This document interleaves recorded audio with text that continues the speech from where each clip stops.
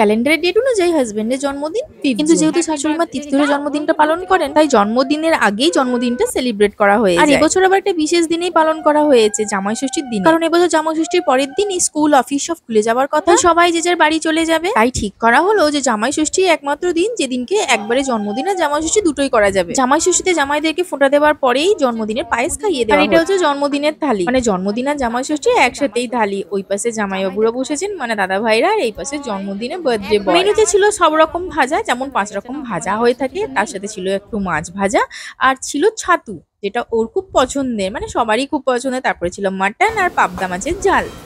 Homemade cake, actually এই সাইডের গুলো হচ্ছে কেক, এইগুলো সুইস রোলের, আর এইটা হচ্ছে ওই মিষ্টি টাইপের, মানে ছানার কেক যেটাকে বলে, ছানার কেক। কেউ তো এরকম সেরকম আমাদের বাড়িতে খেতে চায় না কেক, তাই আমি এটা ছানার কেক বানিয়েছি। এটা পুরো ছানার।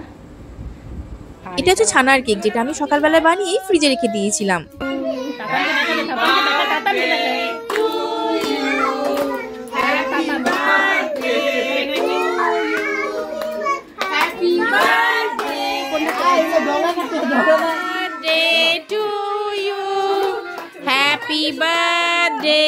ও জানতো না, হঠাৎ করে সবাই গল্প করছিল, তার মাঝখানে আমি ফ্রিজ থেকে কেকটা বার করে নিয়ে চলে আসি। আর এই যে আমাদের দুই পুচকে, মানে আমার ছেলে আর ছোট ভাগনা, এটা হচ্ছে বড় ভাগনা, এরপরে যোগদান দেয় হচ্ছে আমাদের ভাগ্নি।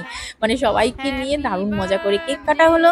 আর এই যে একটা ফ্রেমের মধ্যে আসছিল না বলে আমি আবার ক্যামেরাটা ঘুরিয়ে দিই। অ্যাকচুয়ালি সবাই থাকলে আনন্দটা আরো বেড়ে যায়। এর মধ্যে সব থেকে বেশি আনন্দ করছিল আমাদের পুচকে ভাগ্নেটাই। দেখুন হাততালি দিয়ে হ্যাপি বার্থডে বলে যা করছিল। তারপরে সবাই সবার মতো ওকে গিফট দেয়, কিন্তু মেন আকর্ষণ যেটা, সেটা হচ্ছে যে আমাদের পুচকে ভাগনা, সেও আবার তার মামাকে গিফট দেয়।